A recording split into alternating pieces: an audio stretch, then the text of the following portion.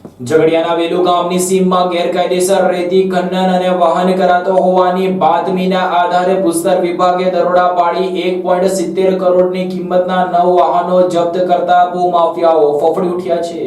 ઝઘડિયા તાલુકામાંથી નીકળતા ખનીજ જેવા કે પથ્થર, સિલિકા અને રેતીનું કરોડો રૂપિયાનું ગેરકાયદેસર ખનન કરી તેનું વહન કરવામાં આવતું હોવાની બાતમીના આધારે ભૂસ્તર વિભાગે તપાસ કરીને કાર્યવાહી કરતા ગેરકાયદેસર ગતિવિધિ કરતા તત્વોમાં ફફડાટ વ્યાપી ગયો છે। ઝઘડિયા તાલુકાના વેલુ ગામની સીમમાંથી ભૂસ્તર વિભાગે ગેરકાયદેસર રીતે રેતી ખનન અને તેનું વહન કરતા વાહનો જપ્ત કરી કાયદેસરની કાર્યવાહી હાથ ધરી છે। મળતી માહિતી અનુસાર ઝઘડિયા તાલુકાના વેલુ ગામની સીમમાંથી ગેરકાયદેસર રીતે રેતી ખનન અને તેનું વહન કરતા વાહનો જપ્ત કરાયા છે। ભૂસ્તર વિભાગ દ્વારા 7 ટ્રકો અને 2 હિટાચી મશીનો સહિત કુલ 9 વાહનો મળીને 1.70 કરોડનો મુદ્દામાલ જપ્ત કરી ઉમલ્લા પોલીસ મથકે સોંપવામાં આવ્યો છે। અત્રે ઉલ્લેખનીય છે કે ઝઘડિયા તાલુકામાં નીકળતા ખનીજ જેવા કે પથ્થર, સિલિકા અને રેતીનું કરોડો રૂપિયાનું ગેરકાયદેસર રીતે ખનન કરી તેનું વહન કરવામાં આવતું હોવાની બાતમીના આધારે ભૂસ્તર વિભાગ દ્વારા જવલ્લેજ આવા છાપા મારી ભૂમાફિયાઓ વિરુદ્ધ કાર્યવાહી કરવામાં આવતી હોય છે। ભૂતકાળમાં પણ અનેક વખત સાંસદોથી લઈને અનેક